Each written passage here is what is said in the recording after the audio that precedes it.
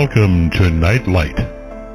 Step away from the mainstream and gather around as we enlighten the world and our realities and travel this cosmic journey we call life. Join us as we share with you and provide that beacon that can guide us all to a better way. Explore with us as we examine a metaphysical montage of spiritual insights, covering everything from the mundane to the magical, UFOs to unicorns, and everything in between. This is a time of awakening, of sharing and evolving, of spreading our wings and soaring on the cosmic breath of creation.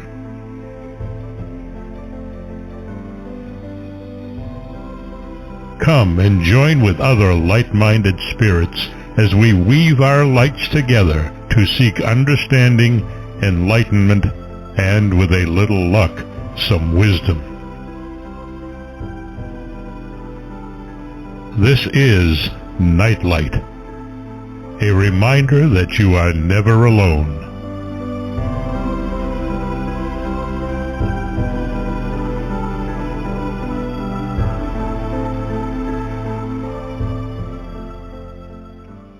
Welcome everybody to Nightlight. Thank you for joining us. It's going to be a great day because we have an amazing author on with us. But first I do want to thank Ken Quiethawk for his amazing intro. Please check him out on the internet. He's a native storyteller, and he and his wife are preserving history and cosmology through a tradition that is older than writing, and it's something that everyone should experience. So check it out. I have today with me Graham Phillips. He's a British nonfiction author who has investigated historical mysteries since the 1980s. He's investigated such enigmas as King Arthur, Robin Hood, and the death of Alexander the Great, to name a few. As well as he's researched various biblical conundrums such as the Holy Grail and the Ark of the Covenant. To date, he's written 17 published books, and I think it's more now, but he'll fill me in on that later, on these subjects and has appeared in many broadcast documentaries over the years. He lives in England where he works full-time as what he describes as a historical detective and has been described as a real-life Indiana Jones.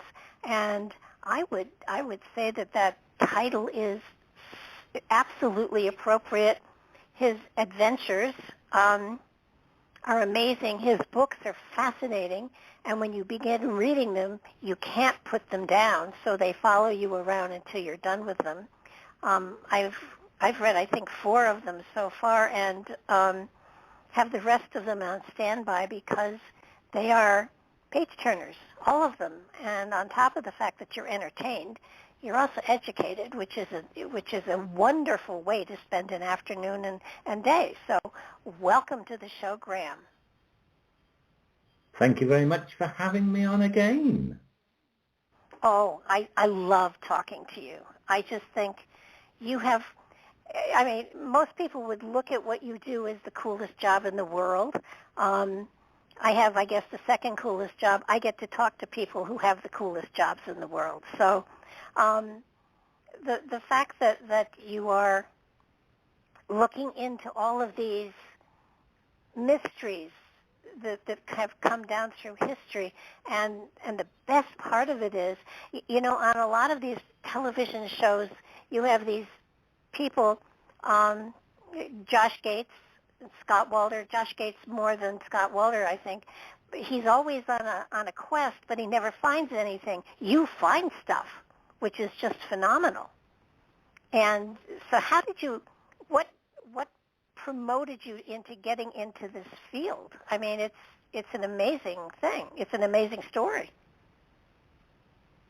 Well, I started as a journalist working for an ordinary newspaper, and then I was offered a job as an editor of a magazine called Strange Phenomena.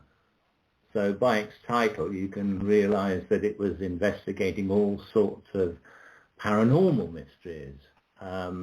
But it also investigated other mysteries that were not necessarily the supernatural, historical mysteries. And it was those that fascinated me the most, because very often when you're investigating the paranormal, you never come to any real conclusions. I mean, you have plenty of witnesses, and you have plenty of, let's say with UFOs, plenty of vague photographs and so forth, but you never really find absolute answers. But when you investigate history and unsolved historical enigmas, then there is an answer at the end of them, even if anybody hasn't actually discovered them yet. So that's what I got really into. And when I finished working for the magazine, I decided to start working on books, and that's what I've done ever since, investigating a different historical mystery each time.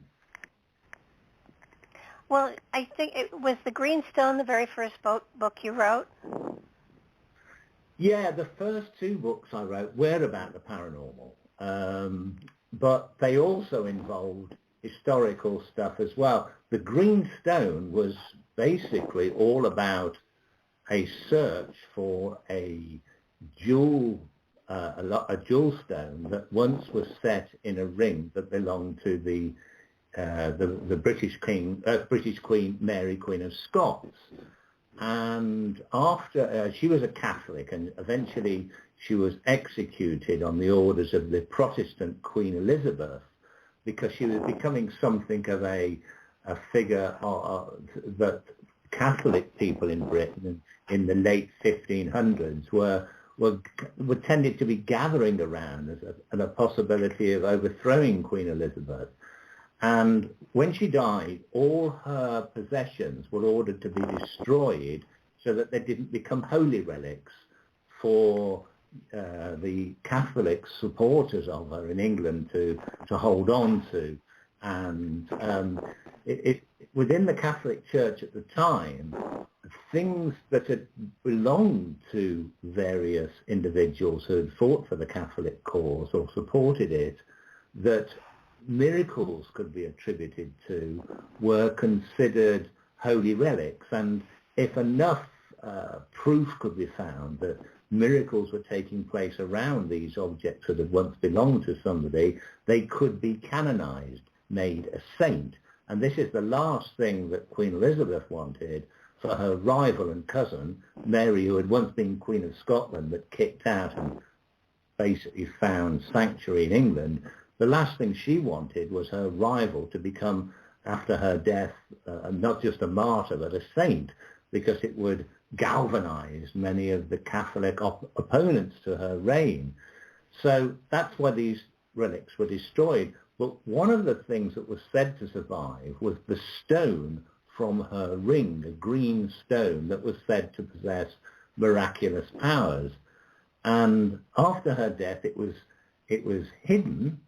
And the legend said that in an old manor house, Elizabethan manor house in the centre of England, called Harvington Hall, the Catholic owner had left a series of clues somewhere hidden away as to where this stone was.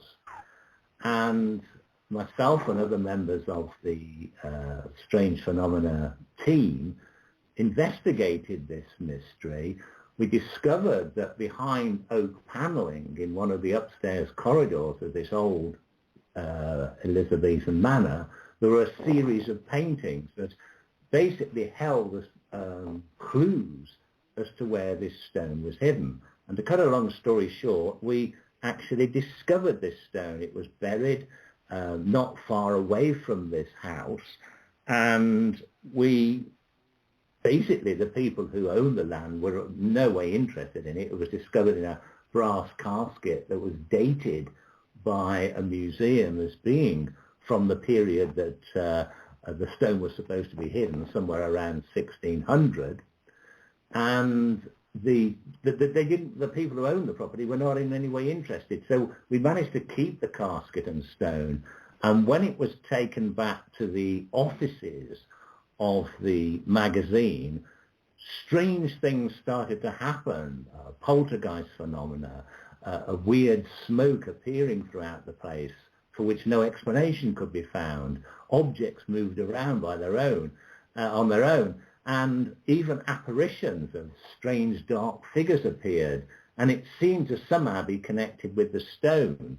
The mystery was never really solved, but this was a story that involved both the supernatural and historical mysteries. And then there was a second book I wrote that was called The Eye of Fire, which followed on from that and involved further strange happenings. So that was the first couple of books I wrote. And as I say, they were about the paranormal, but with historical undertones. And because I'd found, along with others, this green stone, I'd managed to solve 400-old historical mystery, discovered an actual artifact, and that got me hooked on looking for historical artifacts and other things associated with mysteries of the past. Well, you know, I've found with almost every author who's written a lot of books that there is some sort of compulsion, some sort of intuition, some sort of inspiration that leads them book to book to book to book. And you know, because you are hunting for these relics, do you just wait for the inspiration, or does something tickle your fancy and you're off and running? And of course that can be inspiration as well. But how are you drawn to the topic? Well, as you said, basically one subject led on to another. The stone in legend, this green stone, which turned out to be a small, rather simple-looking jade stone, sort of half egg-shaped, which would quite clearly have once fitted in a ring, which matched pictures painted at the time of Mary Queen of Scots, his ring on her finger in portraits. And it was said, again, just in legend, to have once been set in King Arthur's sword Excalibur. Now, I assumed that this was just a legend and there was no truth in it, but I decided to start investigating the King Arthur story. I mean, did King Arthur really exist? If so, where was his Camelot? And that started me on the next book, which is called King Arthur, The True Story, because I tried to investigate as much as I could about who King Arthur really was, if he existed. Now, the King Arthur story we know today was written in the Middle Ages, and it's all about a king who fights dragons, there's magicians involved, damsels in distress, all the rest of it. Now, clearly that figure didn't exist. He was a romantic character in medieval novels and poetry called the Arthurian romances. But what I found fascinating, the more I looked into it, is that these stories were based on earlier accounts of a King Arthur who, according to earlier authors, was an historical figure with no connection with mythological creatures, dragons, witches, and all the rest of it. In fact, some of the accounts go back to almost the time that King Arthur is said to have lived. Now, the romances tell us he lived around about 500 AD, and that was just after the Roman Empire collapsed. The Romans had ruled Britain, they'd left, the country was in turmoil, it was being invaded by the Anglo-Saxons from what is now Germany, and the separate tribes that Britain had broken into after Roman rule had collapsed couldn't fight them off, not separately. And Arthur was said to have been a leader, a king of one of these tribes, who united the country to repel the Anglo-Saxon invasion for a number of years. And in fact, he was the last true Briton to rule all of Britain before ultimately, after his death, the Saxons took over the whole of what is now England. And this character, I mean, some of the oldest references to him were written just a couple of hundred years after the time he was said to have existed. And what's fascinating is that they tell us that King Arthur, they just portray him in an historical context without any flights of fancy. He was said to have fought a number of battles. he is said to have united the various tribes because he still retained the knowledge of warfare that he had learned from the last of the Romans. And he is described simply as a warrior who united Britain and successfully repelled the Saxons. Now, did this character really exist, or was somebody just having a fantasy a couple of hundred years after he died? Well, the interesting thing is that everybody who tried to discover who this man was found that in the few records that still survive from around 500 AD, didn't mention an Arthur at all. They mentioned some people. Arthur didn't seem to come into it. But what turned out in the end to be fascinating is that Arthur wasn't actually his real name. It was a title. Now, in Brythonic, which was the language spoken by the Britons at the time, the word Arthur means the bear. In fact, it still survives in modern Welsh, that derives from Brythonic. Arth is still the word for bear. So lots of warriors of Celtic Britain, because the Britons were Celts before the Saxons took over, these particular warriors were all given names of honorific titles of animals, like a fox, if they were, say, cunning, or the eagle, or whatever. Arthur was called the Bear. Now, that's his title. So what was his real name?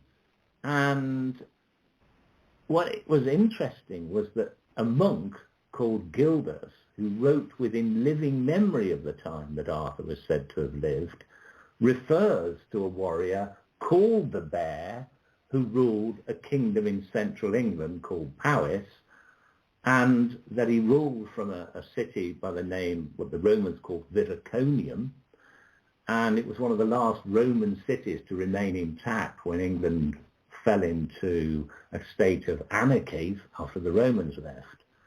And I thought, well, what is his real name? And at the British Library, I discovered that the person who ruled Powys at the time that this man, the Bear, had ruled Powys, because this is what Gildas calls him. He wrote in Latin, he calls him Ursus, which means the bear in Latin. This man's real name was Owen Llangwyn, and he did rule from this city of Viriconium in the centre of England at exactly the time Arthur is said to have lived.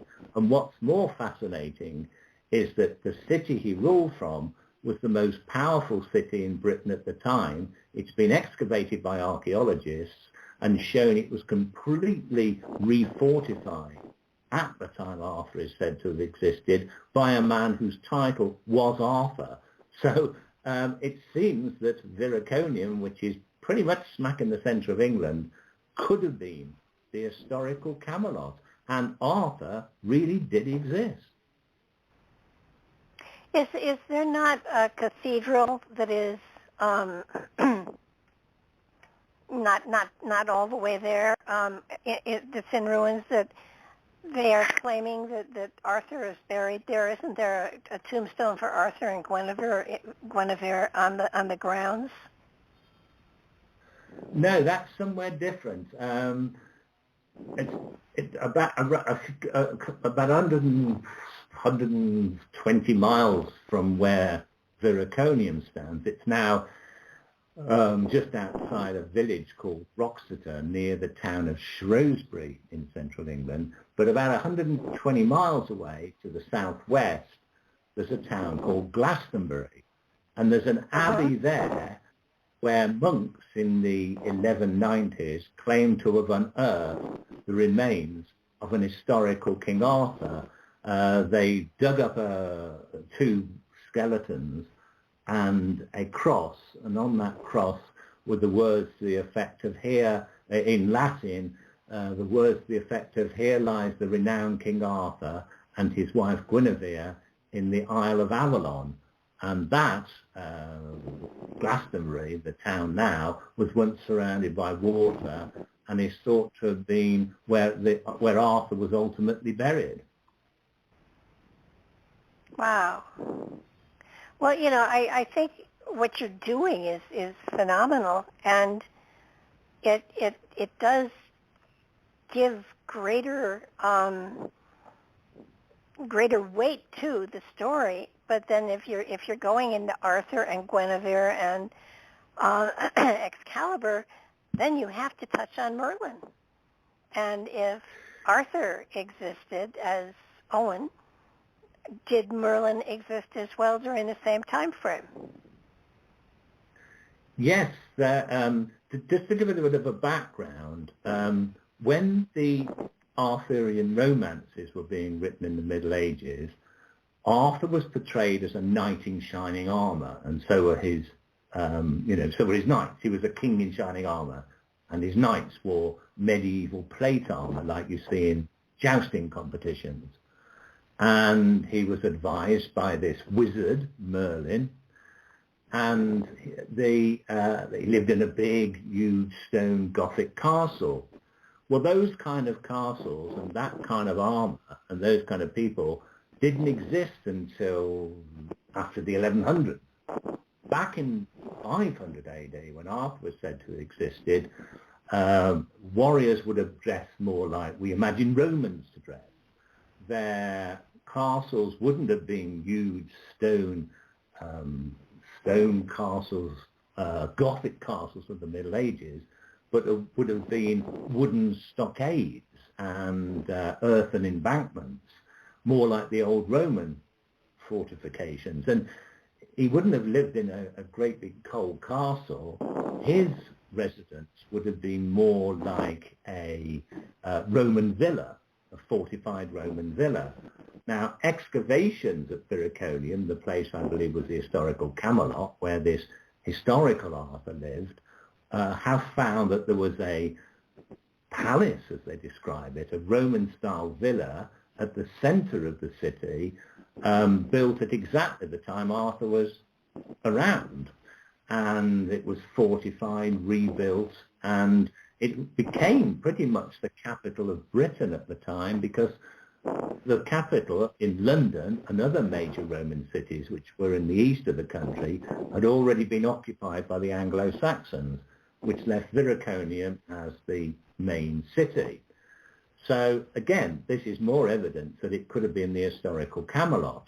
Now, so why in the Middle Ages was Arthur portrayed as a king in shining armour and his knights in elaborate plate armour and Merlin as a magician? Well, the reason is that the people of the medieval period, the Middle Ages, the 1200s, they had no idea what people a few hundred years before had looked like. In fact, if ever you see paintings of the time of the crucifixion of Jesus, you see the Roman soldiers standing around the cross dressed as soldiers of the Middle Ages. It's only more recently, with archaeology and more historical research and documents coming to light over the last few hundred years, that people know what Romans look like. They know what warriors of the 5th and 6th centuries look like. So when we imagine the historical Arthur, he's not exactly what we would imagine as the Arthur that's portrayed in the films and the TV shows. So, True. Going back to Merlin, he may not have been a wizard or magician as they imagined in the Middle Ages, but an advisor. Now, many of the Celtic warriors of the historical Arthurian period had advisors known as bards. Bards also composed poetry in praise of their kings and about the battles they fought. And eventually the name bard became known as a Welsh-speaking poet in later years, or just a poet, why Shakespeare is known as the bard. But these bards were also accredited, and according to various writers at the time, did have quite extraordinary healing powers. They knew the property of medicinal herbs. They were also experts at casting weapons. They knew metallurgy. And so these guys were pretty good to have as advisors.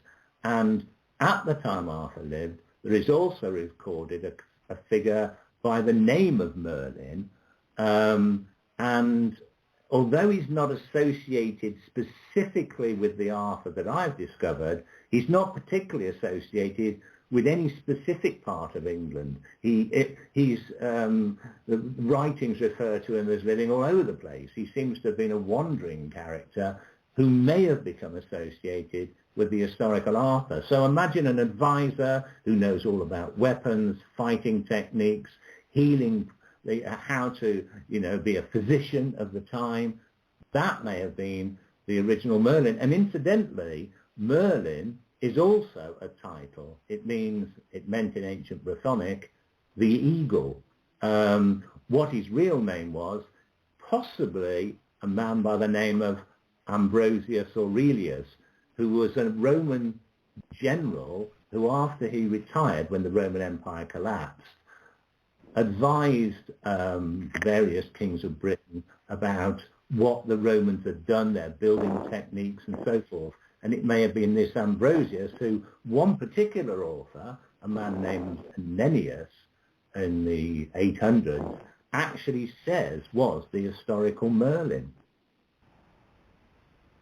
Well, is Merlin a title then, as opposed to Merlin actually a name? And in fact, there's at least 3 separate Merlins mentioned in old manuscripts from the so-called Dark Ages. The Dark Ages is from when the Roman Empire collapsed in the late 400s up until about the year 1066, when Anglo-Saxon Britain was invaded by the Normans from France, and they brought new building techniques and new medieval technology with them, and it went from what's known as the Dark Ages to the Middle Ages. In fact, it gets confusing because some people refer to the Middle Ages from the period from when the Roman Empire collapsed right the way until almost Shakespeare's time. But for convenience sake, the Dark Ages was a period from which few records survive, and Britain was much less advanced than it had been in Roman times, and it didn't really start to catch up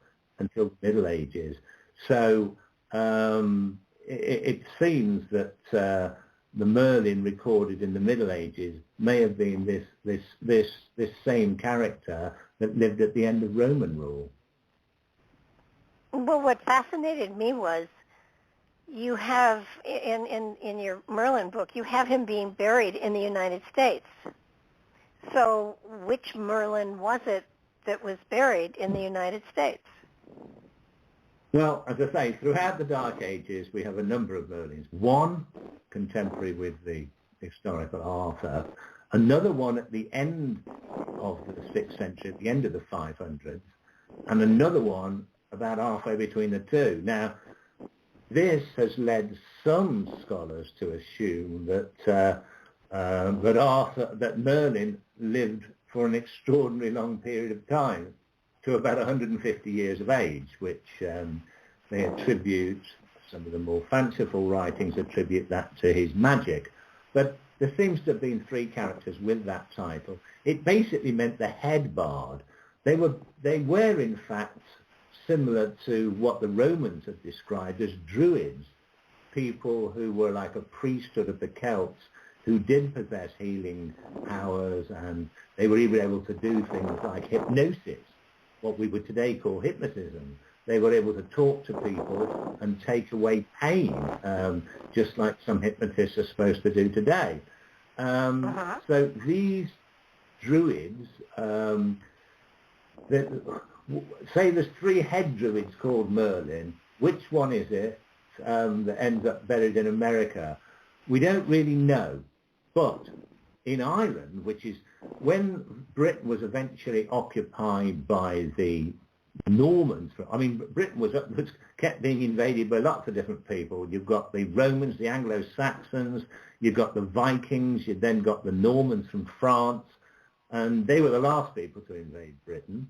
But they drove the native Britons into what's now Wales, and then when the Normans invaded in 1066, shortly after, they invaded Wales, and a lot of the people who were bards or the later druids moved across the sea into Ireland. And in Ireland, a story survives from the Dark Ages called The Voyage of Merlin, which was an older version of the name Merlin, and or at least the Irish version of it. And that describes, and this is written somewhere around about the year 800, and it describes the voyage. It's supposed to be based on an earlier story about somebody who lived during the 6th century, some point during the 500s, who went on a voyage with a number of ships to discover what they believed was Avalon somewhere across the western seas. They set off, and one or two of them eventually came back and were able to describe this journey. Now, they say that Merlin was buried on an island somewhere on this new land they discovered. What's fascinating is this is, remember, before the Vikings discovered America in the around about the year 1000, and way before Columbus or any Europeans are supposed to have known about the American continent. They described firstly sailing across seas and seeing white mountains that were floating on the sea. Well, that sounds for all the world like icebergs. So they must have gone pretty far north. Then they arrived at a place that seems to have been Iceland, because they described hot fountains of water bursting from the earth. Now, the geysers that are on Iceland are pretty rare. We know there's some at Yellowstone Park in America, but there's none of those known in Europe. So it seems that they must, to describe this, they must have gone to Iceland. Cutting a long story short, they seem to have landed, then moved on to Greenland and island hopped all their way to Canada. They describe features there like a great long white beach of perfectly white sand that does exist on Baffin Island in Canada. Then they went south to warmer climes. And it seems that from the descriptions that they eventually landed on an island which is off the coast of Maine, and that was where Merlin died and was buried. And the island that I identify as the possible location is Manana Island, just off the coast of Maine. Yeah, I'm fascinated at how you connect the dots. I mean, you seem to have been able to connect dots that no one else has connected in so many different ways and places. There's got to be something else at work here, other than the fact that, of course, you're an amazing historian, and you have no problem with delving into the dusty records and stuff like that. But it just seems phenomenal that you've been able to put all these pieces together. I mean, people should, read your books instead of history books, because they seem to be so well documented and gives one a different perspective as to what the real history actually was. Well, people have said to me, well, how come you can find this stuff out and other people haven't? It's basically because academic historians tend to be divided into different groups. I mean, people who investigate history. You've got the historians. Now, an historian looks into historical records. Then you've got archaeologists who discover the past by digging in the earth and analysing pottery discovered, weapons or anything else. And then you've got folklorists, people who look into myths and legends and try and see what the truth behind them is.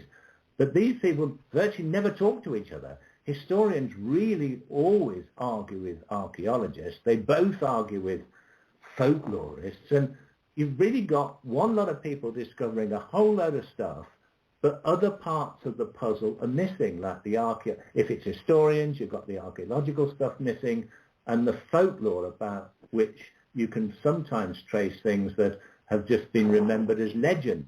And because I'm not an academic associated with a university, I'm coming from a journalistic background, I'm looking into, I interview people from all three disciplines and more, scientists too, and see what they've discovered about something and piece it together like a jigsaw that other people just don't do. Because if somebody, for example, and there are subjects which are taboo, for an historian to investigate the story of King Arthur is almost a kind of academic suicide, because he is considered to be, well, he's just some floaty fantasy figure, isn't he? We can't investigate him, and we can't investigate the Holy Grail. It's obviously not real, and so forth. And the same with archaeologists. They really are so scientific in what they do. They don't like to make any kind of guesswork. They only go on exactly what they've found, and they say, this is what we've found, this is what we know, this is the date. We're not speculating. And when it comes to the folklorists or people who investigate myths and legends, you might say, well, come on, you can't investigate myths and legends. Well, let me just give you an example about King Arthur, where a legend could really be based on some historical event that occurred. Take this story of Excalibur. Now, that is, you'd have thought, one of the things that was completely made up, like dragons and damsels in distress. But the story of Excalibur is that it was a magic sword. If Arthur wielded it, he couldn't be beaten in battle. When he eventually died, or when he was dying on the field of battle, so obviously the sword failed him eventually, he asked one of his knights to go to a nearby lake and throw the sword into the lake. And when the knight throws the sword, the arm of a nymph-like figure, a sort of mermaid, if you like, the lady of the lake, her arm breaks from the surface, grabs the weapon and takes it down into the crystal depths. Now, most of us know this story, and you'd say, well, that's just made up. But back in 500 AD, there was a tradition amongst Celtic warriors, of which Arthur was one, that when a king died, his sword, his prized possession, was cast into a sacred lake as an offering to a water goddess. So maybe this story had been told, and over the years it gradually became exaggerated.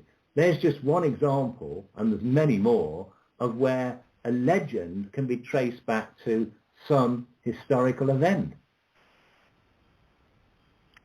Well, it's fascinating because in your Wisdom Keepers book on Stonehenge, you brought out material that I found to be more valid and more logical than any of the other legends, if you will, connected to Stonehenge, that I've read about. And Stonehenge is, my grandfather and his brother in the early 1900s visited Stonehenge, and I have the pictures of them there, and it didn't look at all like it looks today. But it's I've always wondered, what was the real purpose of Stonehenge, and you have given in your book on Stonehenge a much fuller and richer suggestion as to what its purpose truly was, and I if you can share that with us, it would be great, because I think it makes such great sense in the fact that the Druids, how they preserved their history, and once written words came into play when the Romans invaded, the Druids kind of faded from existence because they didn't need their memories anymore, just about, and so therefore they kind of went back into the woods.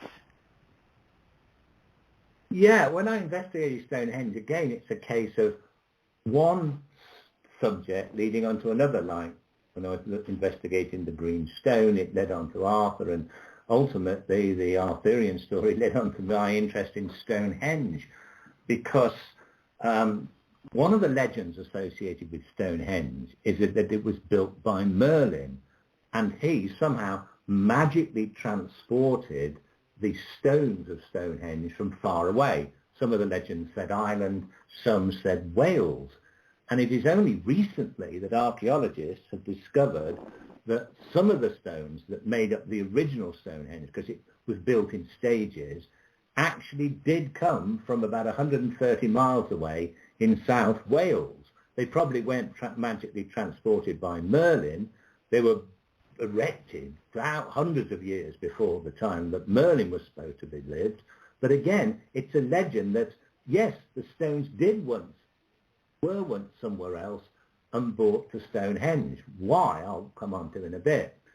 There's another legend about Stonehenge, again, which turned out to have some historical validity. One of the legends is that once the devil resided in Stonehenge, and in the medieval period, a monk, a friar, came to Stonehenge to try and exorcise the devil, to get him out of it.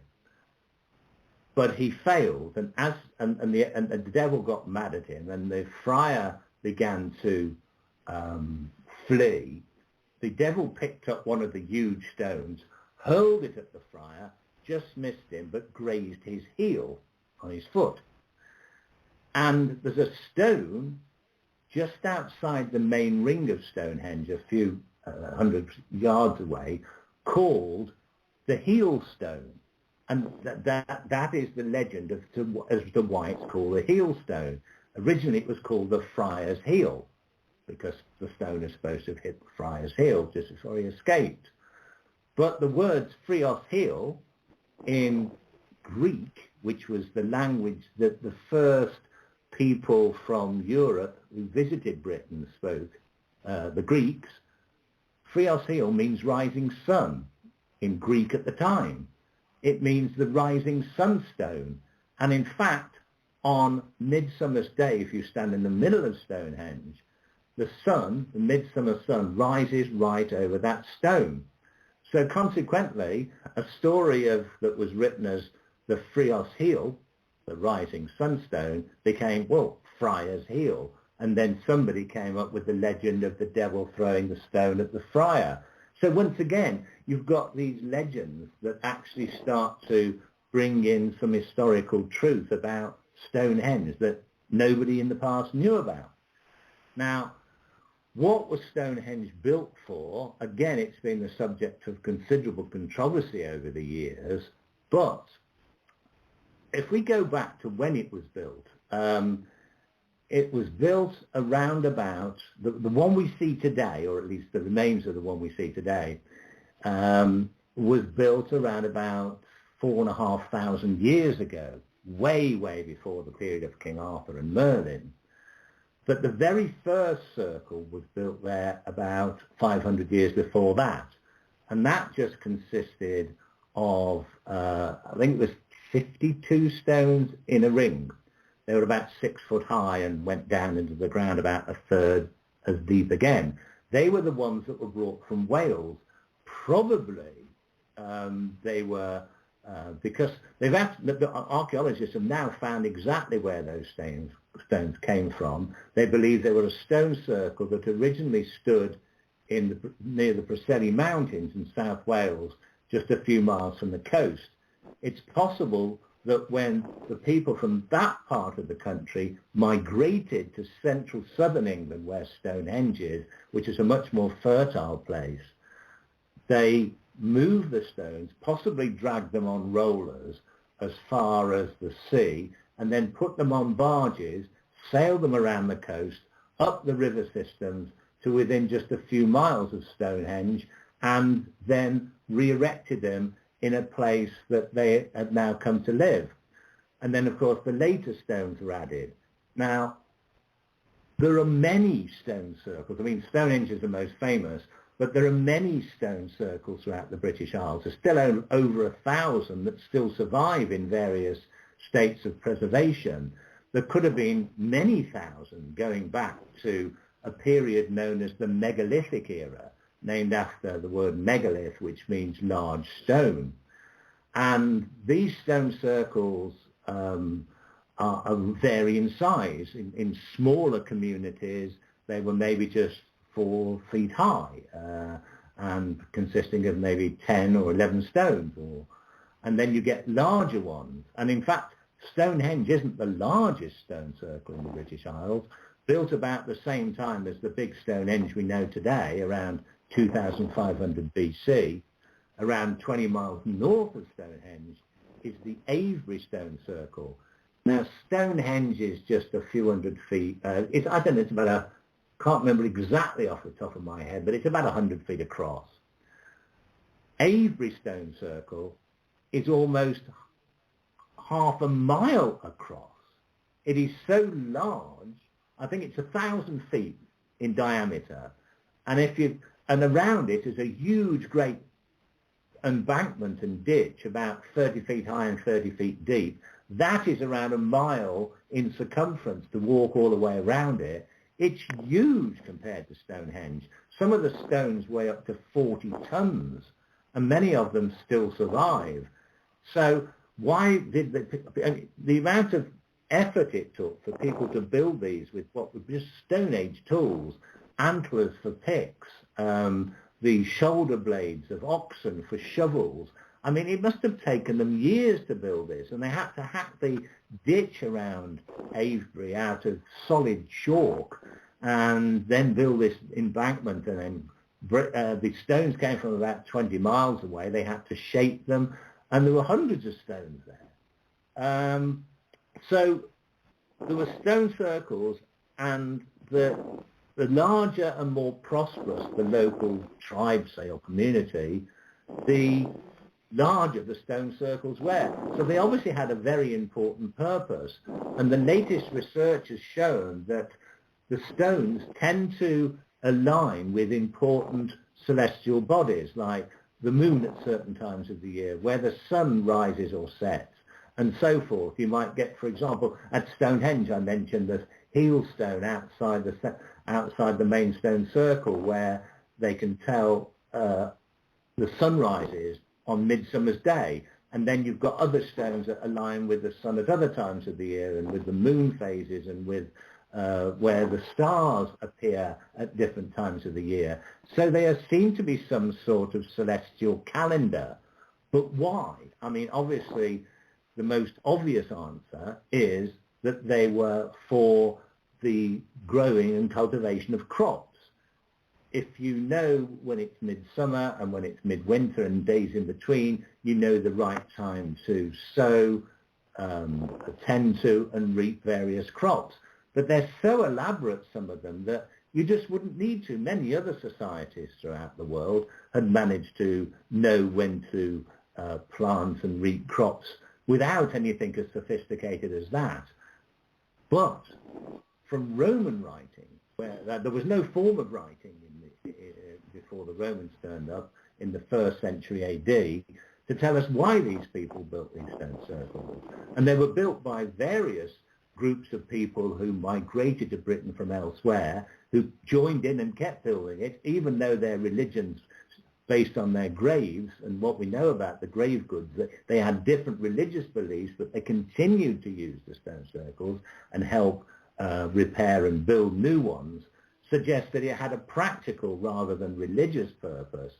And the Romans tell us that the people who tended to these stone circles when they arrived were called the Druids. They were said to be the library of knowledge for the ancient Britons, because they had no form of writing. So they relied on these communities of people to develop memory techniques using what we would now call mnemonic techniques, ways of remembering things like stage performers remember many, many packs of cards, exactly after just seeing it once. And they use seemingly what we would now call hypnosis, and also rhyming. It helps to remember things if you rhyme them, if you create a rhyme or a song. These people together were the collective memory of the pre-Roman peoples, and they seem to have used the stone circles to know exactly when to plant and reap certain specific crops. And based on what we find in their graves, they were harvesting and growing medicinal plants. That's why they needed to be so accurate, because take, for example, mistletoe, which was something the Romans said that they used a lot. If you eat various parts of the mistletoe plant, leaves, roots, stems, berries, at certain times of the year, they're poisonous. Other times they're useless. It's only at particular times that these plants become useful as medicines.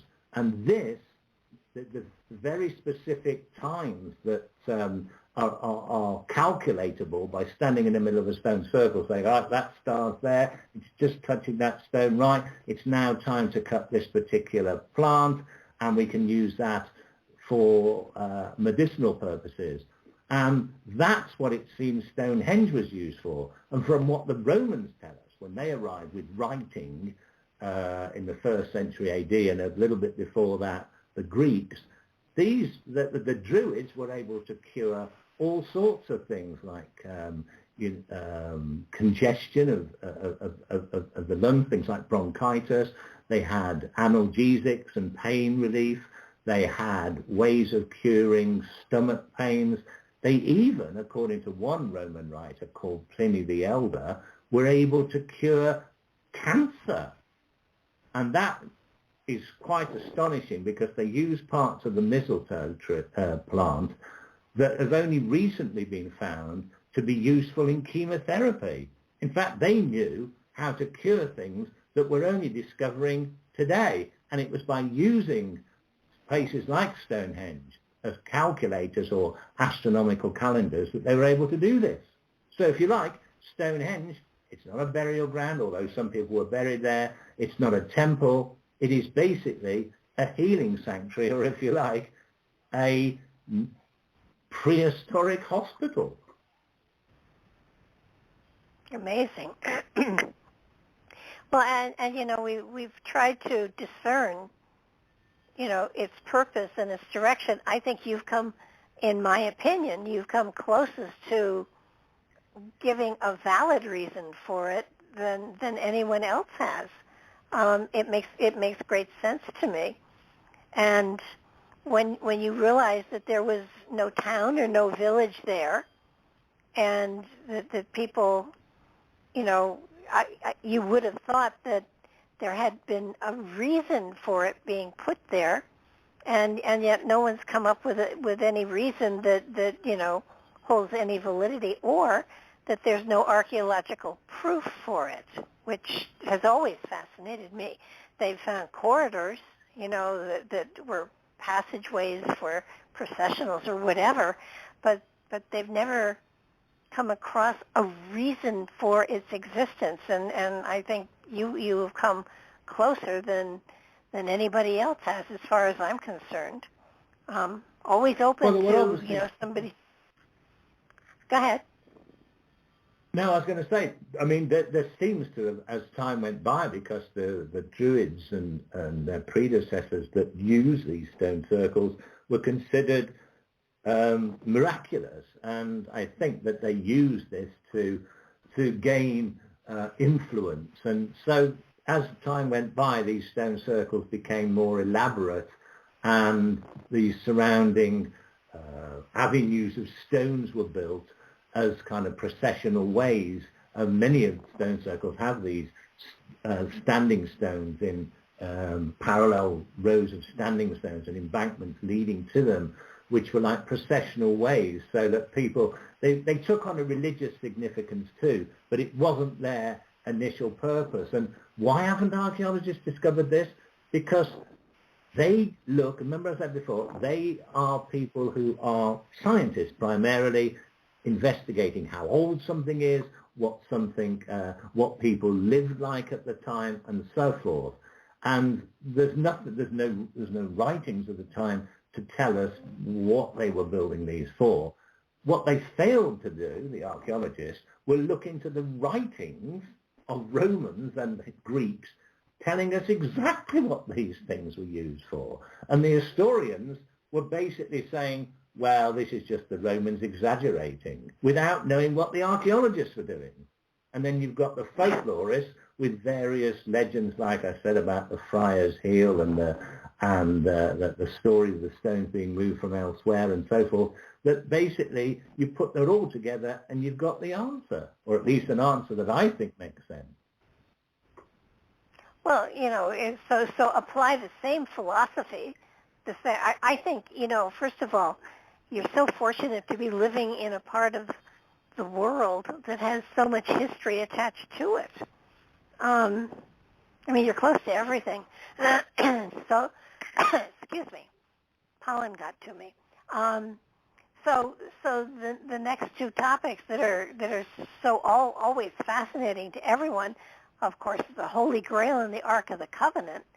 And again, when you go not only from the historical but from the archaeological and the mythology, you come up with a greater understanding of the Ark of the Covenant and the Holy Grail. And, it makes more sense. Yeah, again, it was one thing led to another. I'm investigating King Arthur. When I've done that, I thought, well, what about the Holy Grail? I'd already discovered that there might have been some truth in the Excalibur legend. Is there any truth in the Grail legend? The story that became most popular during the Middle Ages is that the Holy Grail was said to have been the cup used by Jesus at the Last Supper before he was crucified, and that he drank from this. And according to early Christian tradition, it's not mentioned in the Bible. The Bible tells us that Jesus had a cup that he passed around, but it doesn't tell us what happened to it. But according to early Christian tradition, this cup was obtained by Joseph of Arimathea, who was one of Jesus' followers. The Bible does mention him. It tells us that Joseph was a rich merchant and that he, but being a follower of Jesus, allowed Jesus to be buried in a tomb that he'd actually prepared for himself. And that's the tomb that Jesus was supposed to have risen from, according to the Bible. But in the early Christian tradition, this Joseph of Arimathea somehow obtained the cup used by Christ at the Last Supper.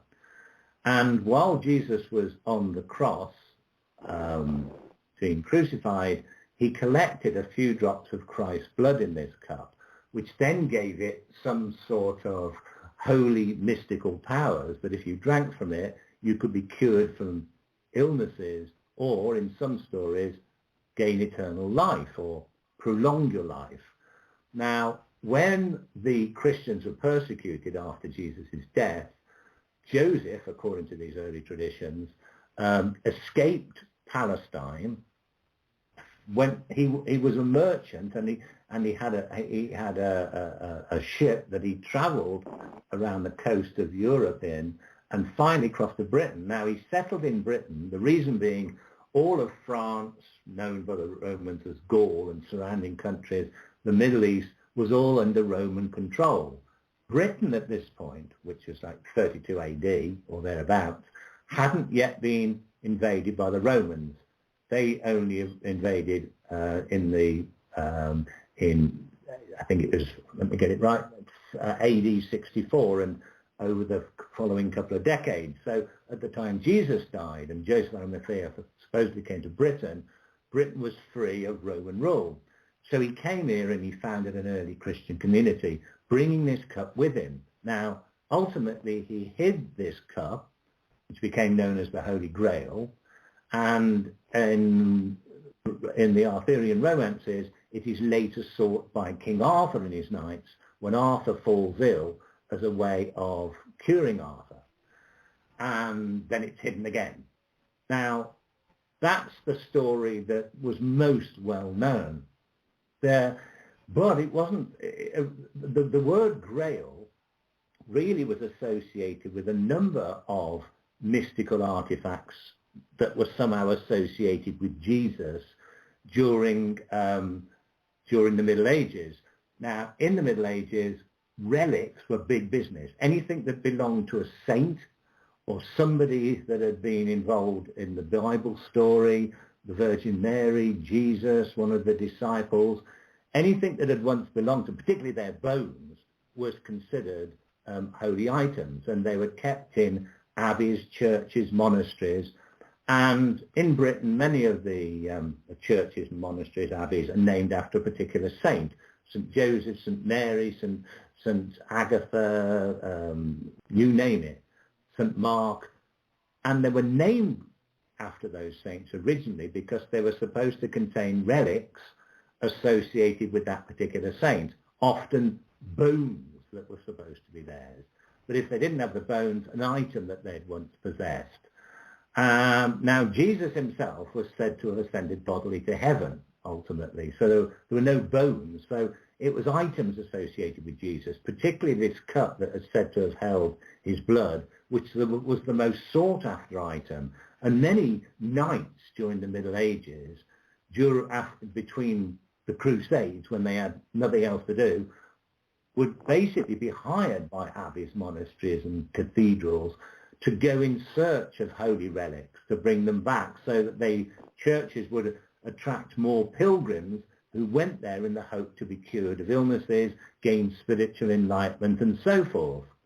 And of course the most quested after item was the cup used by Jesus. But the earliest stories, starting in 1190, that still survive, talk about the Grail not being the cup used by Jesus at the Last Supper, but being a plate, a platter, upon which a mass wafer is served. That was written by a French poet called Chrétien de Troyes. He says it's a plate, not a cup. Where this plate came from, the poem is incomplete in its present form, so we don't know how Jesus is associated with the plate, but apparently he was. Hence it's called a grail, the word at the time that seems to have specifically been applied to a relic that was associated somehow with Jesus' blood in some way. Another writer from Germany called Wolfram von Eschenbach in around 1200 says that the Grail is a magic stone, and it's possessed by the Knights Templar. Now, how this stone again is associated with Jesus' blood, who knows? Perhaps his blood is supposed to have fallen at it on the foot of the cross. But it wasn't until shortly after that that a Burgundian poet from Burgundy in France, a man by the name of Robert de Boron, wrote the story about Joseph of Arimathea bringing the cup that was used at the Last Supper to Britain. And that became the most popular, and hence the Grail that we all know and love. But in more recent years, you've got people like Dan Brown associating the Holy Grail with making it a symbolic reference to the bloodline of Jesus. But I thought, well, let's try and find out what the very earliest story of the Grail was. And interestingly, it doesn't concern Joseph of Arimathea, but another of Jesus' followers, Mary Magdalene. Now, Mary Magdalene was, the Bible tells us that once she anointed Jesus' feet with a holy oil that she had in a small perfume jar. She then took this same cup, this same small ointment jar, to Jesus' tomb when he was laid to rest, to anoint his body with spices, which was the Jewish tradition at the time. When she got there, she discovers Jesus risen. She sees him in the garden, and when she sees him, he shows her his hands with the holes where the nails went through in them, and some blood from these she collects in this small ointment jar she had taken to the tomb. That little ointment jar, which had a cap or a top to it, became the Grail in some of the earliest Grail stories, predating any of the ones in the Middle Ages, the earliest dating from the 700s that still survive. So the earliest Grail concerns a woman collecting Jesus' blood, and the same story is told. She brings it to Britain and it's hidden. Now, why then do we have Joseph of Arimathea coming into it? Well, during the Middle Ages, women didn't get a good lot, really, in stories. Even in Shakespeare's time, in the 1500s, women weren't allowed to act on stage, and the parts of, let's say, Juliet were played by men. Women in the Middle Ages, some elements of the church even debated whether they had souls. So the idea that one of Jesus' followers, a woman, was had possessed the Grail and brought it to Britain was pretty unpalatable. So that's probably why the story was changed to a man doing it. But in all the early pictures of Mary Magdalene, and still right the way through the Middle Ages and into modern times, when you see paintings painted of her, she's always shown holding a jar. And sometimes it's a small ointment jar. Later on, it became shown as a jewel-encrusted golden goblet. But she's known as the lady with the alabaster jar, because the Bible tells us that the jar she used to anoint Jesus' feet with the oil and took to the tomb was what they describe as an alabastrum, which was an alabaster, a form of green onyx, an alabaster jar. And this, it seems, was the original Holy Grail. And I thought, wow, where could this have ended up? And it was that I decided to try and search for. And it turned out that one of the earliest Grail stories in all the earliest Grail stories in Britain, you have the Grail in the Arthur stories being discovered in a place called the White Castle in the White Town. Now, there is a place called the White Town not very far from Viriconium, the place that I'd identified as Camelot. It's about 10, 20 miles away. It's now called Whittington, which is basically the Old English for White Town, Whittington. And in the middle of this small village, there is a castle known locally as the White Castle, Whittington Castle. It's called the White Castle because it's made of light-coloured limestone, where other castles in the area are red, made of brick. So you've got a White Castle in the White Town, not far from the place where the historical Arthur appeared to have lived.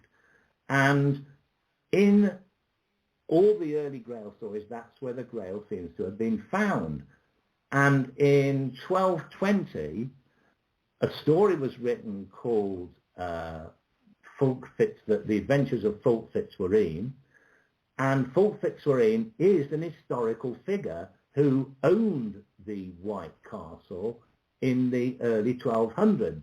And astonishingly, when I looked into the history of him, he claimed to have possessed the Grail, and not any Grail, the cup of Mary Magdalene, also known as the Marian chalice, which means of Mary, or the chalice of Magdalene.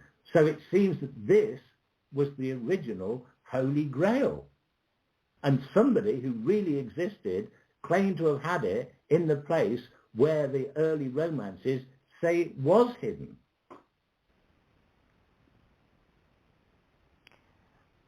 And you found it. Well, yeah. I personally didn't find it. What happened was that this guy, Fulk Fitzwarene, was, I wanted to know what had happened. I mean, did he hand it on to his family? They claimed to have been the guardians of this cup. The last of them was a man by the name of Thomas Wright, who lived in the mid-19th century, in the mid-1800s.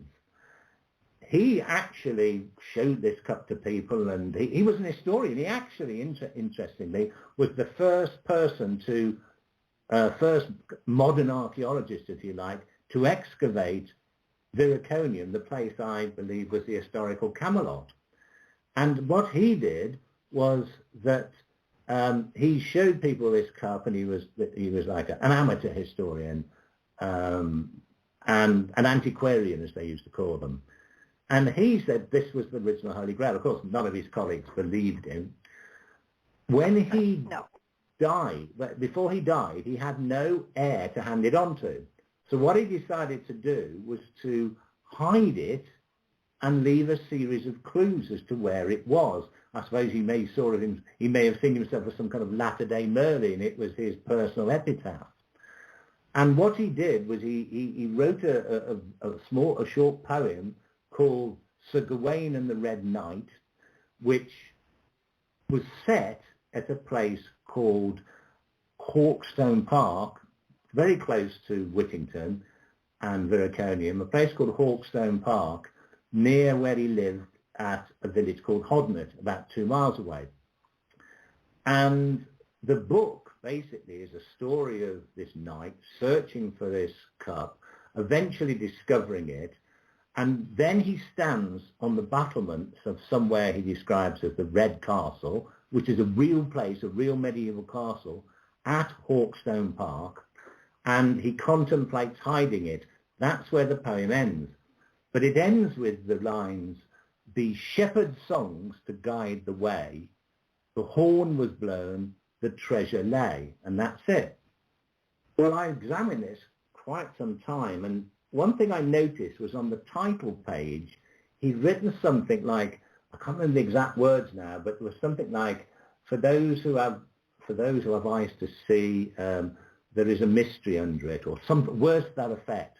But on the bottom, there were 2 lines of Roman numerals. Now, I at first assumed this was some sort of printer's markings or something, but there were 2 lines of Roman numerals, and I thought, maybe that's a clue that he's referring to. His family had tried to solve this, and most of them thought he had just made it up, and others thought there was nothing in it, and the few that had tried to follow his clues never got anywhere. So I thought, okay, what could these numerals, these numbers refer to? Now remember, at the back of the book it says, when Gawain decides he's going to hide the Grail, the cup of Mary Magdalene, he says, the shepherd's songs to guide the way.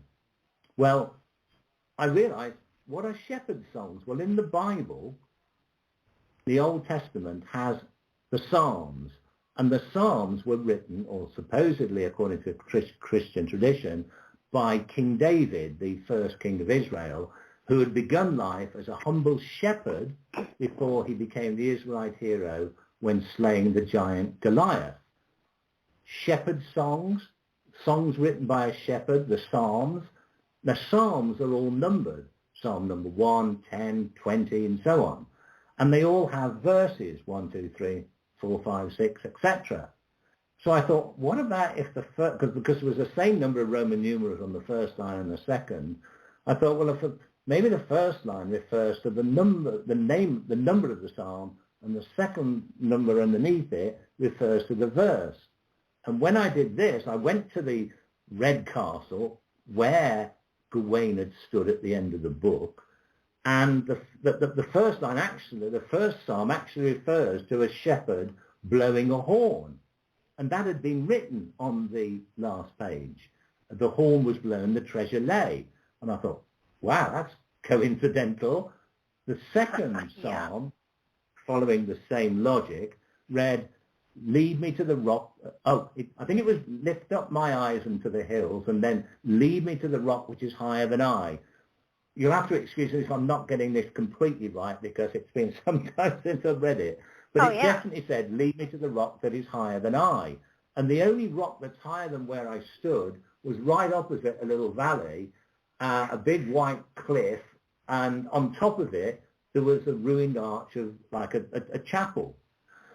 And it said, lead me to thy holy place, or words to that effect. And I thought, well, that's a holy place on top of the only rock that's higher than I am. I went up there. When I finally, the next verse told me to look below, and right below this arch, and that time it was all covered in brambles and undergrowth, I managed to get my way through this undergrowth and find the entrance to a tunnel, a cave. It turned out to be a man-made cave, an artificial tunnel, perhaps even woman-made. People always say man-made. I think I should say person-made, but an artificial tunnel that led into this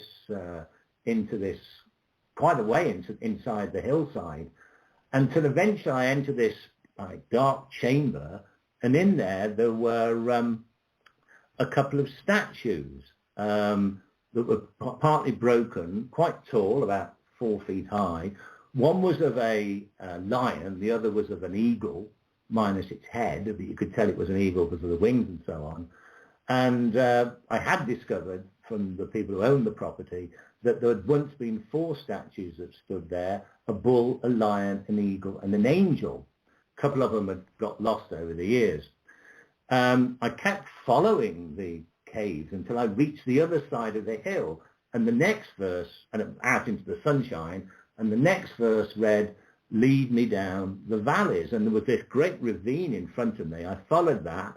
Ultimately, one of the verse read, "I came upon the house of God," and there in front of me was a church. And it said, "I enter the house of the Lord." So I went in through the doorway, and the next verse, "I looked upon my right hand and beheld," and I looked up, and there was this great big stained glass window, which turned out to have been put there by Thomas Wright himself at the same time as he'd published this poem. He'd actually paid for it to be designed and installed in the local church where he lived. And it showed the 4 gospel writers, Matthew, Mark, Luke, and John. But one of these figures, the John figure, was clearly a woman. And I know that the John figure, the gospel writer, is often depicted looking somewhat effeminate, but this figure had clearly breasts. It looked exactly like a figure of Mary Magdalene that was in a church in Rome. So I thought, well, it's depicting 4 of the gospel writers, one of them as Mary Magdalene. And that's the person whose chalice I was looking for. And in her hand, she held a chalice, where the other 3 were holding the books that they had written for the New Testament. And then what really grabbed me was right above these 4 figures were 4 symbols that represented the 4 gospel writers: a bull, a lion, an eagle, and an angel, exactly the same figures that had stood as statues in the middle of these caves I'd already been led through. And right above the Mary Magdalene figure's head was the eagle. So I thought, wow, I've been led here, I've been led to see these statues. What if I go back? What if it's hidden in the eagle statue? This is when it got disappointing, because the statue was fairly broken up, and I discovered from the owners that the statues were once on plinths, and back in 1920, a local landowner by the name of Walter Langham had tried to move these statues so he could put them in his garden. The attempt failed. I think got 2 of them away, but the eagle statue fell, broke open, and there was an interesting article in a paper from the time that said that a fascinating thing was that in the base of the statue they found a little alcove or recess in which was hidden a small green cup that seemed to resemble a mustard pot. I thought, what? That's what Mary Magdalene's cup's supposed to look like. I've followed all these clues, and it's been found in 1920. Ultimately, I managed to trace the descendants of Walter Langham and his great or whatever granddaughter, who lived in the town of Rugby in the East Midlands of England.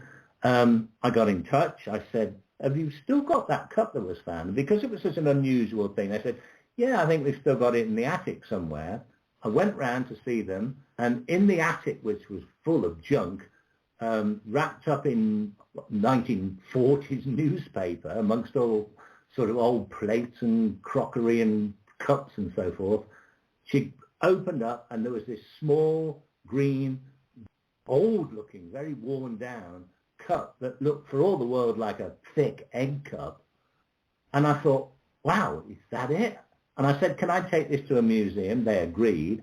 I took it to the British Museum, and I didn't say, is this the Grail? I just said, no. This has been found under rather strange circumstances. Can you identify it? And after a few minutes, they said, yeah, that looks like a Roman scent jar. And I said, well, I said, how do you know? And they took me to the exhibit of other Roman scent jars from, a couple of thousand years ago, and they were identical. And they said it would once have had a top to it, but obviously that's been lost. Ultimately, they figured out that it was around about 2,000 years old, that is the time that Jesus and Mary Magdalene were said to live. It was made from green onyx alabaster, and they said that the stone was made from came from the Palestine region. So it dated from the right time. It came from the right, area. I mean, wow. So was this the Holy Grail? Who knows? But it certainly fitted. It certainly was a cup. I mean, there's no doubt it was the cup that Thomas Wright had. He was a descendant of the people who claimed to have the Holy Grail, and the original Holy Grail was said to be this small Roman scent jar, if you like, or a scent jar from Roman times that Mary Magdalene had collected Jesus' blood in, and, well, everything fitted. So there I had found an object which could be the historical Holy Grail, the chalice of Magdalene. Well, hopefully it's being treated with a little more respect now. Yeah, they actually, what happened is when the story broke, the newspapers were extremely interested when my book came out, which was originally entitled The Search for the Grail. It was later published in America as The Chalice of Magdalene. But when the book came out, there was publicity all over the place. I mean, most of the national papers in this country covered it. It was on the news. And it got big publicity, so much so that the people who owned it they didn't believe for 1 minute. They thought it was some Victorian mustard pot or something, or an old egg cup, although it was a bit too thick to be that. And they just said, look, keep these journalists off our back and you can have it. So I got to keep it. So at this point, there was a journalist got in touch with me from Italy. In fact, there was a film crew came over originally from Italy, big, Italian news channel. They got a film crew to come over. And at the time, I was, my previous book to that hadn't sold too well. I hadn't got much money. I was living in a rather rundown apartment.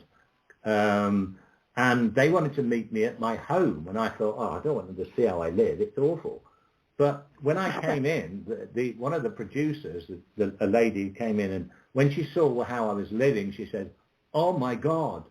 And I thought, they just think I'm some kind of loon. She said, "This is just how Jesus would have lived." I thought, what? Oh, She thought I was living like this deliberately because I was some kind of holy person. Anyway, after that story broke in Italy, there was churches and cathedrals all over the Catholic world, as far away as Mexico, South America, Italy, Spain, you name it, all saying, no, this guy in England hasn't found the Grail, we've got it in our church, and so on. So some journalists from an Italian newspaper went to the Vatican and wanted their opinion on this. And they said, is this has he found the Grail, or which one of these Grails in all of these churches, which is the real one? And a spokesman for the Vatican had said, His Holiness, the Pope, is considering all of these, and he will make an announcement later in the week. And apparently at that time anyway, this is Pope John Paul II, the Polish Pope. I assume he may have read my book because it had been published in Polish. I assume he speaks English anyway, and it had been published in Italian. Whether he read it or not, I don't know. But on that Friday afternoon, he came out onto he would normally come out onto the balcony overlooking St. Peter's Square in the Vatican and make various announcements and prayers and so on. And when he came out, he said, none of these are the real Grail because we've got it in the Vatican, which is the first time I've ever known them say that, and they never produced it as proof. So that was the story. Unbelievable. And so you have it in your cabinet at home? I keep it. It's in a bank safety deposit box, but I've had access to it when I want. Amazing. But if anyone wants to see what it looks like, I mean, if you go on my website, which is grahamphillips.net, or just look up Graham Phillips author online, and you'll find my website. There's on the front page, there's pictures of the covers of all of my books. If you just click on the one saying the Chalice of Magdalene, you'll then go to a number of pages. You know, it's all at the bottom. There's like 1, 2, 3, 4, etc. So you can just go to the next page and the next page. You'll see all the locations I've mentioned, plus the stories there, and you'll see all the locations and how I followed the clues. And in there, there is there's pictures of the cup that I discovered. I think it's phenomenal and probably has greater credence because you'll show it than the Vatican that won't. So well, they may have something they think is it, but they didn't give any further explanation. I did press them after this for further, to say, well, this is fascinating. But the grail that they claim to have was the cup used by Christ at the Last Supper, which is a different grail. So they basically hadn't contradicted what I was saying, actually. But what was fascinating is that I did another book after this, getting interested in the life of Jesus. I wrote the one person that seems to we know very little about is the Virgin Mary, Jesus' mother. So I wrote a book all about her. And how I thought that in certain medieval stories, the Virgin Mary was considered to be the guardian of the Holy Grail. But I kind of like dismissed that because I think that was added on a bit later. But what became fascinating is that I realized that until relatively recently, and the Bible doesn't actually tell us what happened to the Virgin Mary, Jesus' mother, after his death. She's living with one of the disciples in Jerusalem, and that's it. We're told what happens to all the other disciples, but not to the Virgin Mary. But an early Christian story grew up that she was buried in a tomb in the Valley of Jehoshaphat in Jerusalem. And that became a holy shrine when the Roman Empire adopted Christianity as the state religion in 325 AD. And the emperor who adopted Christianity, Constantine the Great, his mother Helena, basically said, right, this is the tomb where the Virgin Mary was buried. And pilgrims flocked there. And the Catholic Church pretty much ran this place for many, many years. And made a lot of money out of it. People weren't charged, I don't think, to go in, but you gave donations. And anybody who wanted to be healed or something by being close to where Virgin Mary was buried wouldn't be stingy with how much they gave. So they had this tomb there. There was another story that grew up that Virgin Mary ascended bodily to heaven, like Jesus had. And it's called the Assumption, assumed into heaven. So in which case she couldn't have a tomb, or at least not one with a body in it. So it was left up to the decision of the individual churchgoer to whether Mary was buried in the Valley of Jehoshaphat or whether she went to heaven, until 1950, when the Pope at the time said that it was Christian law, it was a canon to believe that the Virgin Mary had ascended to heaven. She hadn't had a tomb, and that was made church doctrine. So suddenly, the people who ran this tomb and attracted lots of pilgrims and presumably plenty of money in Jerusalem were wondering what to do. And so they basically eventually ended up either giving it or selling it to the Greek Orthodox Church, who still believed that the Virgin Mary was buried there. And the whole thing was pretty much hushed up. The whole story about this I wrote in a book called The Virgin Mary Conspiracy. The word conspiracy back then, this was back in the 90s, or around 2000, the word conspiracy then wasn't a dirty word. It simply meant what it was. A number of people got together to cover something up or to agree on a particular story. It didn't mean like it does today, like people believing the world's flat or whatever else. Or that Area 51 has got hundreds of UFOs in it. The word conspiracy was okay to use then, but I regret using title Virgin Mary Conspiracy now. Anyway, it was about the conspiracy in the church to cover this whole story up about the fact that they'd once made money from this tomb. And so this is the story I wrote. This is, you know, the investigation I put together in the book.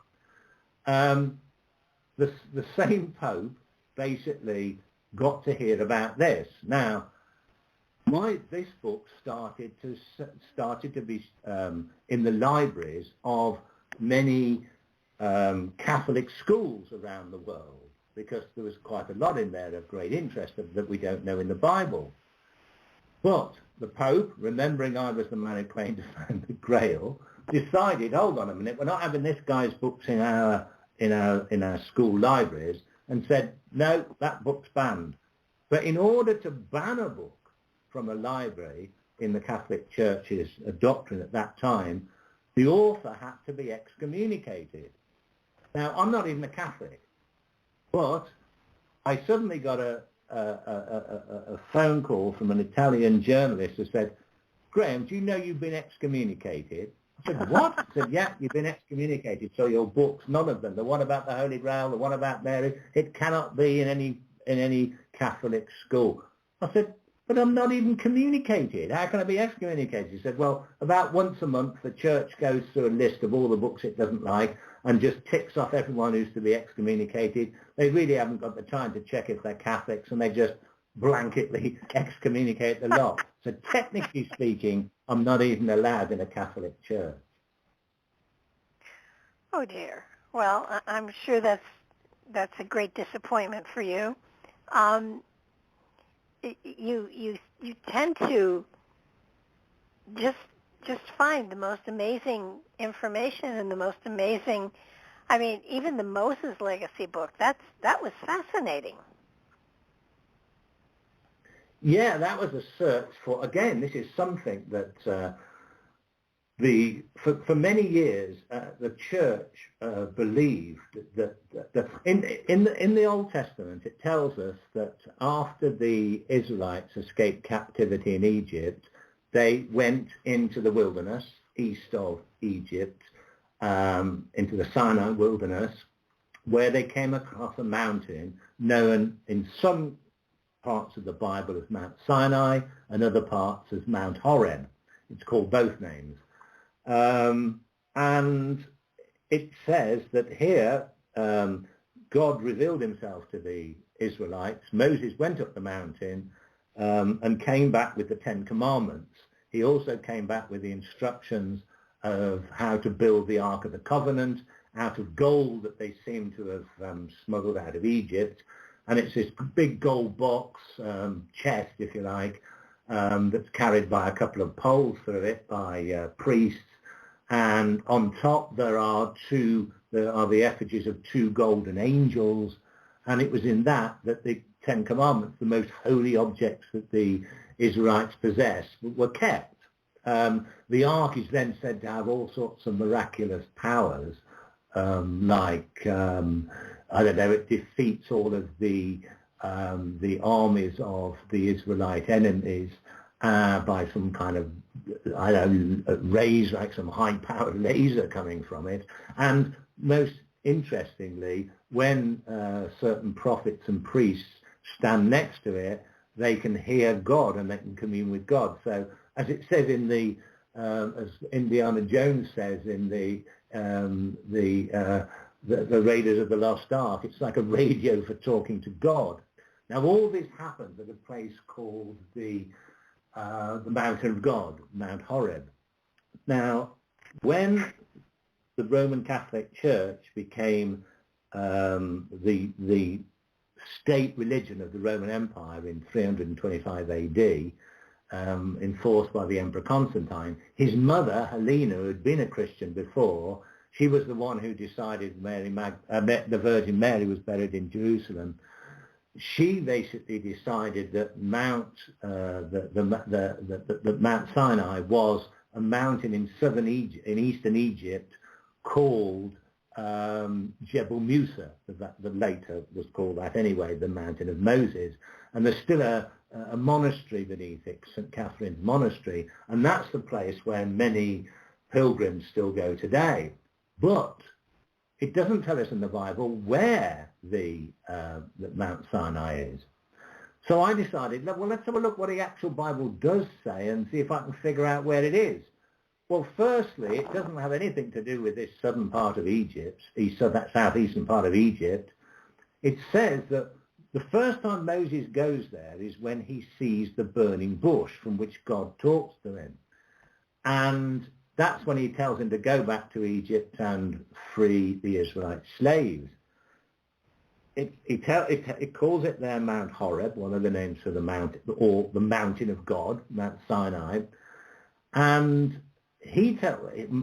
Moses is living in a place called Midian, and it tells us he went round the back side of the desert because he was working as a shepherd at the time with his herd of goats.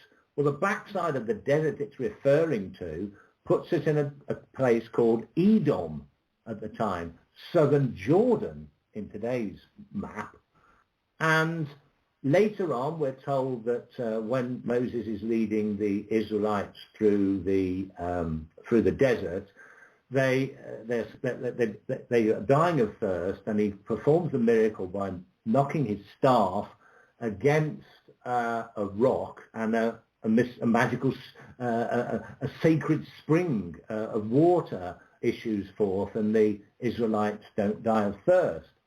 Now, in one account, it doesn't tell us. In one account, it tells us that this is at a place called Kadesh, which is actually at the entrance, a kind of gorge that enters the land of Edom, which is a kind of valley kingdom. But the same story is told elsewhere in the Bible about this miraculous stream incident, and it's said to be at the foot of the mountain of God, at Mount Horeb.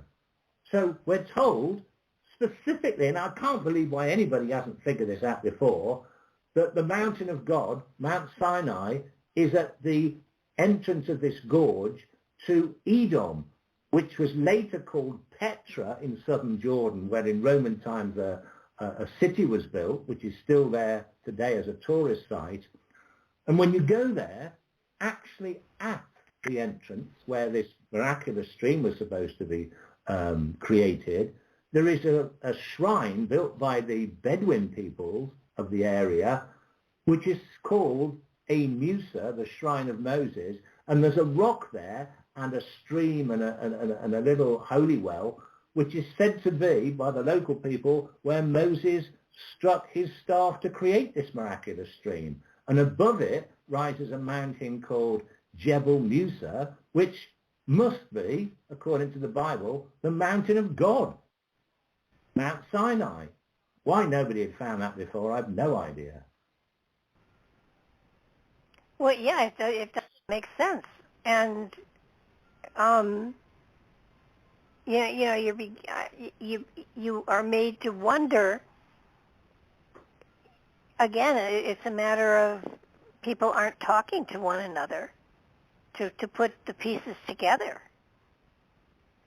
Well, yeah, and again, this then led me, again, one book leads to another. I thought, well, one thing that was supposed to have been made at Mount Sinai was the Ark of the Covenant, another artifact for which people have been searching for centuries, like the Knights Templars, and Indiana Jones goes in search of it and finds it in the first Indiana Jones film. So I thought, okay, what about that? Where did it end up? Well, according to, there are two, and this is where, again, it's quite strange, because two books that were taken out of the original Bible that still survive in the Catholic Bible but not the Protestant one were two Old Testament texts known as the First and Second Book of Maccabees. Quite why they were taken out, I don't know, but they still exist. And in the Second Book of Maccabees, it tells us that the Ark of the Covenant was taken from the temple in Jerusalem, where it had remained for many hundreds of years, when Jerusalem was invaded by the Babylonians in, if I remember rightly, 597 BC. The Ark is taken to and hidden in the mountain of God, Mount Sinai, in a cave. So Well, I knew the last resting place of the Ark of the Covenant, where most people seem to think it ended up in Ethiopia or somewhere else. Clearly, in a couple of books that have been taken from the Bible, it is hidden at what I believe was Jebel Madaba, the mountain above the spring in Petra, southern Jordan. So when I looked into that, I discovered that some Crusader Knights, the Knights Templars, in around about, it must have been, I think it was mid-1100s, they were left there to guard the pass. Remember I said that there was a ravine there that was an entrance to this valley kingdom. They were left to guard this pass against the enemy Saracens that they were fighting. While they were there, they supposedly found a number of treasures, including a large golden chest. Now, they don't say it's the Ark of the Covenant, but a large golden chest. Interestingly, these Knights Templars, when they eventually abandoned the Holy Land, when the Saracens took back over Jerusalem and all that area, came back to where they originated, and that particular group came from England. And they came from not far from Stratford-upon-Avon of Shakespeare fame. They came from a place called Temple Hardwicke, named after them. And there they built what's known as a preceptory, which is a kind of cross between a monastery, because a lot of the Templars were warrior monks, a cross between a monastery and a military barracks. And there they kept this large gold chest, which they believed was, from the old writings that still survive from the Middle Ages, a great holy item that they'd brought back from Petra, and they kept it in this chapel. Eventually, they then built. Eventually, the Black Death. This was in the mid-1300s. The Templars were outlawed by the Pope because they owed him lots of money. They owed them lots of money, so he decided to call them all heretics and had them all rounded up and killed throughout most of Europe in 1307. But in Britain, the king here had fallen out with him, so they kind of survived here until the mid-1300s. And that's when the Black Death struck.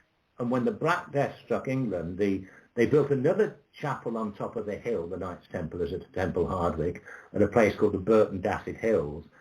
They built this strange conical shaped tower with like a round pointy roof and a church. And then they were all wiped out by the plague. Their treasures were never found, including this golden chest, which may have been the Ark of the Covenant. There were stories then told that in the church that they built on top of the hill, there were supposed to be clues as to where they'd hidden their treasure, or at least this golden chest.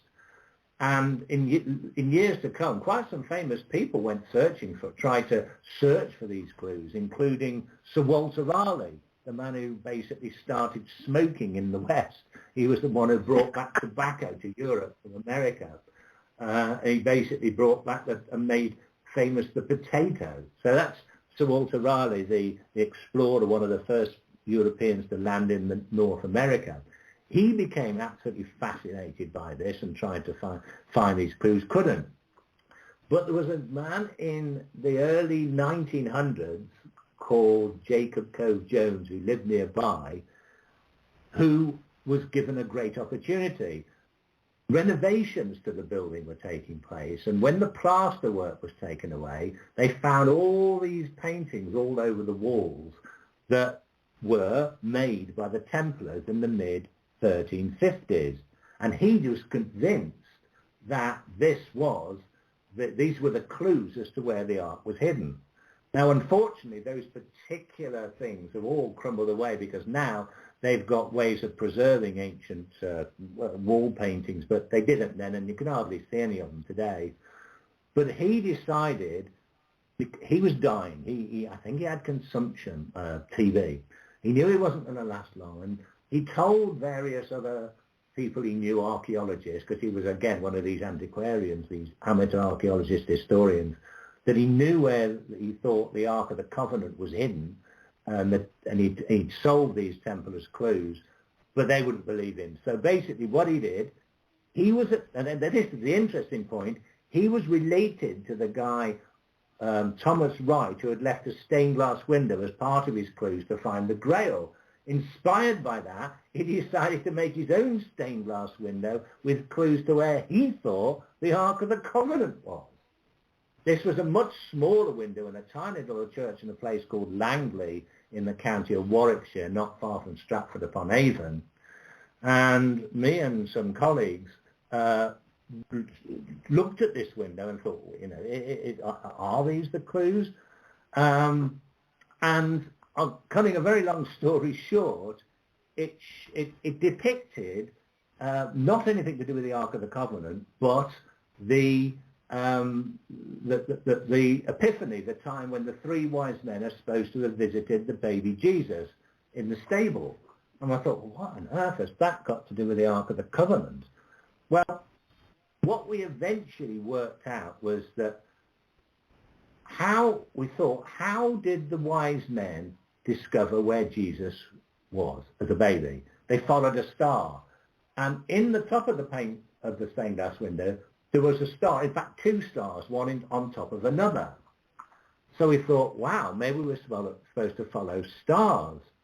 Next to the two stars were the letters B and M. The Ark of the Covenant has these two angels on top of it that were supposed to, in Hebrew tradition, be associated with the two stars, the two tail stars of the Big Dipper, known as Benetesh and Mitzar. BM, Benetesh and Mitzar, were these stars somehow supposed to guide us somewhere? But if we were supposed to see where the stars were, where should we view them from?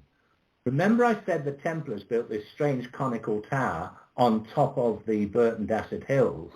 Well, perhaps in the middle of the window, there was an exact representation of this same conical tower. So we thought, wow, that's got to be where we have to stand to observe these stars. But when? Well, the window was called the Epiphany window because it represented the time when the three wise men were supposed to have visited Jesus, traditionally and in the church calendar, on the 12th day of Christmas, January the 6th. So we thought, if we went up there on January the 6th and we observed these stars, maybe they'd tell us where we should look. But then again, what time? Because as the earth rotates, the stars move all over the place. At the top of the window, there was a picture of a rooster, a cockerel, crowing. And according to Christian tradition, when the wise men got to Bethlehem, how they found the stable was a cock crowed at midnight. So, midnight on January the 6th, from this tower, let's see if we can see where these two tail stars of the plough end up. And astonishingly, they end up right on the horizon, pointing downwards to a hill, just to the bottom of a hill on the horizon, that we managed to find out where that was on a map.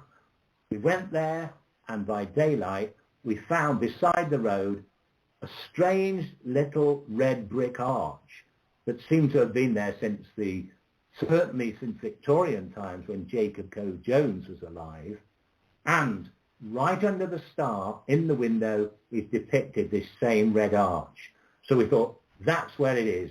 This has got to be where Jacob Cove-Jones thought that the ark was buried and never had time to dig it up. We got archaeologists there with ground-penetrating radar. We managed to find out that some of the original chapel was there, but when they'd laid a road right beside this red brick arch, a lot of the stones had been taken away and used to shore up the embankment of a nearby stream. Maybe the builders, and this was back in the 1950s, maybe the builders had found the ark or something, or the Templars' treasure. When we went to where all these bits of the brickwork of the old original chapel were used to shore up the embankment of this stream, we actually discovered a tablet upon which was these indecipherable markings. That was taken to a local museum. They were able to identify it as a form of sandstone that only exists in certain places, one of which being at Petra, where the mountain of God was, in my opinion, Mount Sinai, and the writing turned out to be Proto-Sinaitic, that seemed to be, just possibly, this thing could have been one of the Ten Commandment tablets, or a broken one that had been inside the Ark of the Covenant. Perhaps the builders in the 1950s had found the gold thing, found these rubbishy stones inside it as far as they were concerned, threw them away and kept the Ark. And as far as we've been able to follow the story so far, I mean, I wrote everything about this in my book, The Templars and the Ark of the Covenant, but since then we've managed to find that the person who ran the construction company that were responsible for the roads, after being relatively poor, became an extremely rich man and built a massive estate. And the story continues. Wow. Well, wasn't the Ark of the Covenant supposed to be death to anybody who touched it? Well, that's what they said, but I would imagine that was something that was put round to stop people stealing it. I doubt personally if it ever did have high-powered lasers coming out of it, or whatever you want to call it. I doubt really if it was. I think what it was that before the Jews, well, they were not the Jews at that time, the Israelites. The Jews became known as the people from Judea around Jerusalem later on. But when the Israelites, before they settled in around Jerusalem, they were nomadic. And so they actually had to have something to act as a kind of portable temple. Now, the Egyptians did this. What they did is that they had some holy artifact, usually a statue of a god, which was supposed to be able to be a link to that god. They would put it in a gold box with a picture of the god it represented, an image of the god it represented on top, and it was carried around with a couple of poles, just like the Ark of the Covenant is described. In fact, one was found in Tutankhamun's tomb. The same size of the Ark is told us, we are told in the Bible is.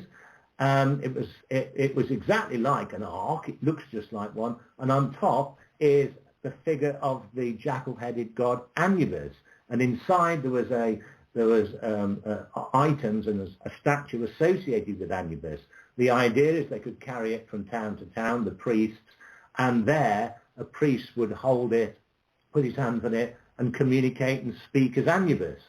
Well, the ancient Israelites had recently been in Egypt when they were wandering in the wilderness, and seemed to have copied the idea of what the Egyptians called a bark, and made the ark to carry their sacred items that had supposedly been inscribed by God himself, the Ten Commandment tablets, so that a priest could put his hands on it and then talk as God. Because if you read the Old Testament, it always says, and God said unto the Israelites. Who's doing the talking here? Presumably a priest who is speaking on God's behalf or being inspired to do so.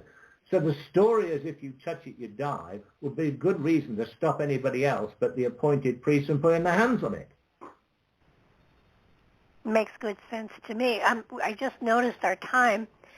We haven't been able to get into your recent book that you're working on, Pandora's Box, which fascinates me. And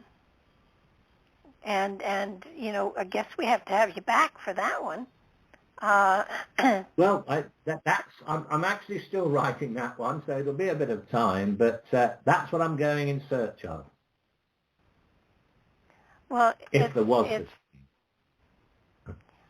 Well, you know, I have come to learn over the last several years that all of the myths that we seem to have thought were just make-believe stories have grains of truth in them. So it would not surprise me at all if there isn't something that rings true about Pandora's box, because, I mean, let's face it, there was a time when all of humanity got together, spoke the same language, and lived in peace and harmony. And something happened because that's not where we are today. So it wouldn't surprise me a bit if somehow something was let loose that touched the consciousnesses and altered and morphed the DNA of people and put us on pathways where we conflict and we're angry at one another. So I will be fascinating with where you take that one, because well, maybe if we find it, we can put all the evil back in it. Well, I was going to say, if you do find it, for God's sakes, don't open it. Well, that would be we don't need any more evil. But then again, somebody opened it, all the evil's already come out, so presumably it's empty. But I mean, seriously, I mean, the story of the box could, it could be based on some historical reality of some kind. Maybe not all the evils of the world were in it, but it was some ancient artifact that was highly revered by the Greeks. Well, if you take it back even pre-Diluvian, so that if you go back before the flood, before all of that,